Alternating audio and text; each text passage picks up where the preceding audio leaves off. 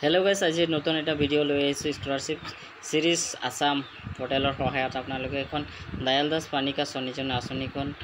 Apply কৰিব বিচাৰিছে যিসকলে তেওঁলোকৰ বাবে এটা অতি গুৰুত্বপূৰ্ণ ভিডিও আপোনালোকৰ ভিডিওটো মই সম্পূৰ্ণকৈ চাম আপোনালোকক সম্পূৰ্ণকৈ বুজাম ভিডিওটোত কি নোটিছ আহিছে দয়াল দাস পানিকা যিসকলে এপ্লাই কৰিম বুলি ভাবিছে বা এপ্লাই কৰিছে তেওঁলোকৰ বাবে সুখবৰ আৰু দুখবৰ বুলি ক'ব লাগিব 2023 চনত 2022-23 চনত যিসকলে এপ্লাই কৰিছিল তেওঁলোকৰ বাবে এখন নোটিছ আৰু 2024-25 বৰ্ষৰ যিসকলে এপ্লাই কৰিম বুলি ভাবিছে তেওঁলোকৰ এখন নতুন সুখবৰ তো আহক আমি ভিডিওটো আৰম্ভ কৰিম আৰম্ভ কৰাৰ আগতে এটাই ৰিকুৱেষ্ট মোৰ ফালৰ পৰা আপোনালোকে অতি সোনকালে মোৰ চেনেলটোত আপোনালোকে ভিডিওটো চাই কিন্তু লাইক নকৰে অতি সোনকালে লাইক কৰিব আৰু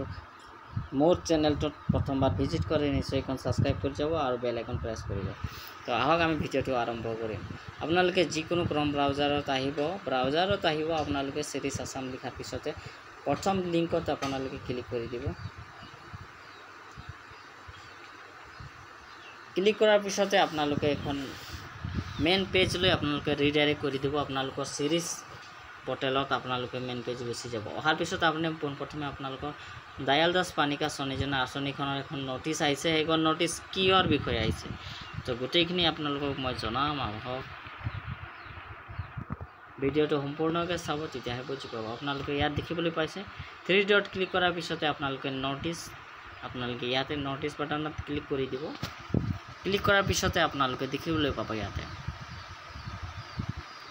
আপোনালোকে পেজখন খোল খাব অকমান দেৰি ওয়েট কৰিব লাগিব আপোনালোকৰ নোটিছ খন ইয়াত আহি যাব নোটিছ বোৰ্ড আপোনালোকে দেখিবলৈ পাইছে তো এইখন নোটিছ আহিছে আপোনালোকৰ নোটিছ ৰিগাৰ্ডিং আছে শহীদ দয়াল দাস পানিকা সঞ্চয় আঁচনিখন ফৰ দি ফাইনেন্সিয়েল ইয়াৰ 2024 আৰু 25 বৰ্ষৰ হয় তো পোনপ্ৰথমে মই ডাউনলোড কৰি লম ডাউনলোড কৰাৰ পিছত এবাৰ ডাউনলোড কৰিছিলোঁ কিন্তু আকৌ এবাৰ মই ডাউনলোড কৰি আপোনালোকক দেখুৱাম ডাউনলোড এখানে ক্লিক কৰাৰ পিছতে আপোনালোকে পিডিএফ যিকোনো আপোনালোকৰ পিডিএফ আছে আপোনালোকে পিডিএফত ओपन करिब पारे ओपन करि लব নোটিছখন কি আহিছে তো আপোনালোকে জনাই দিম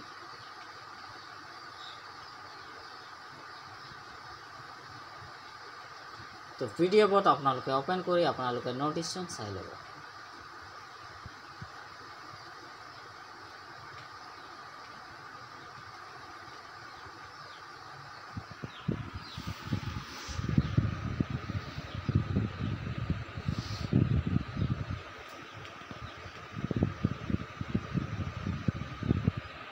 এইখন নোটিছ আপোনালোকে দেখিবলৈ পাইছে এইখন নোটিছ আপোনালোকে এইখন government of Assam director of T tribe আদিবাসী ওয়েলফেয়াৰ আসাম নাগ ৰূপনগৰ গুৱাহাটী আপোনালোকে এইখন নোটিছ এইখন 9 আগষ্ট তাৰিখে ডেটটো আপোনালোকে দিয়া হৈছে আৰু নাম্বাৰটো হৈছে আপোনালোকে ECF নাম্বাৰটো আপোনালোকে দিয়া হৈছে নোটিছটোত ইয়াত দেখাইছে আপোনালোকে পঢ়ি চাব পাৰে আপোনালোকৰ ডিসক্ৰিপশনটো লিংকত দি দিম আপোনালোকে মেন মই আপোনালোকৰ টপিকত আপোনালোকক জনাম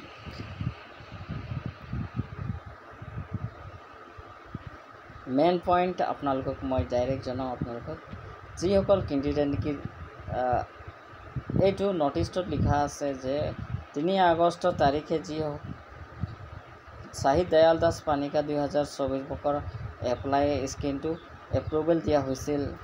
2024 আৰু 25 বৰ্ষৰ 2024 আৰু 25 বৰ্ষৰ কাৰণে এইটো নোটিছটো 2024 বৰ্ষৰ 3 আগষ্ট তাৰিখে এপ্লাই কাৰণে শহীদ দয়াল দাস পানিকা কাৰণে আপোনালোকে এপ্ৰুভেল দিছিল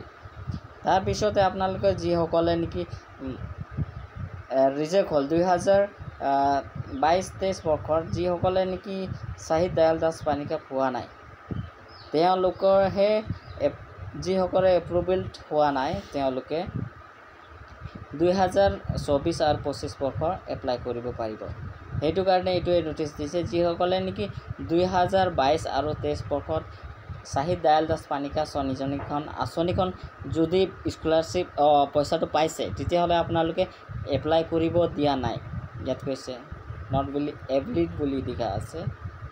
আপোনালোকে দেখিবলৈ পাৰে। তাৰপিছত যিসকলে নতুন এপ্লাই নেকি ফ্ৰেছ 2024 আৰু 25 বৰ্ষত পাব। 2023-24 বৰ্ষৰ পোৱাকেইটাক এপ্লাই কৰিব দিয়া নাই। 2024 যোনকেইটা ফ্ৰেছ হয় তেওঁলোকেহে অকল এই স্কিমটো আপোনালোকে এপ্লাই কৰিব পাৰিব বুলি এইখন নটিচ আপোনালোকে দিয়া হৈছে। আপোনালোকৰ এইটো লাষ্ট ডেট হ'ব। আপোনালোকৰ লাষ্ট ডেট ইয়াত 15 ছেপ্টেম্বৰ 2024 তাৰিখে আপোনালোকে এপ্লাই কৰি থাকিব পাৰে। তো এইখনে নটিচ আছে, যিসকল নটিচ নেকি 3 আগষ্ট তাৰিখে এখন উল্লেখ কৰিছিল দায়াদাস পানিকা এপ্লাই আৰম্ভ হৈছে বুলি এখন নটিচ দিছিল। সেইখন নটিচে কথা লিখা আছে 2022-23 বৰ্ষত যিসকলে নেকি পইচাটো পাইছে, শহীদ দায়াদাস পানিকাৰ পইচাখন পাইছে, তেওঁলোকক এপ্লাই কৰিব দিয়া নাই। যিসকলে নেকি পোৱা নাই 22-23 পইচাখন এপ্লাই কৰিছিল কিন্তু পোৱা নাই, তেওঁলোকেহে 2024 বৰ্ষত এপ্লাই কৰিব পাৰিব। এইখনেই আছিল নটিচ। আপোনালোকৰ নটিচটো ভাল লাগিছে নিশ্চয় কি কৰিব, ভিডিঅ'টো ভাল লাগিবই নিশ্চয় এখন লাইক কৰি যাব। আৰু চেনেলটো প্ৰথম আহিছে আপোনালোকে চাইছে ভিডিঅ'খন, নিশ্চয় এখন কি কৰিব, প্ৰথমটো ভিডিঅ' লাইক কৰিব আৰু চেনেলটো ছাবস্ক্ৰাইব কৰি থ'ব এনেকুৱা ভিডিঅ' পাই থাকিবৰ কাৰণে। ধন্যবাদ।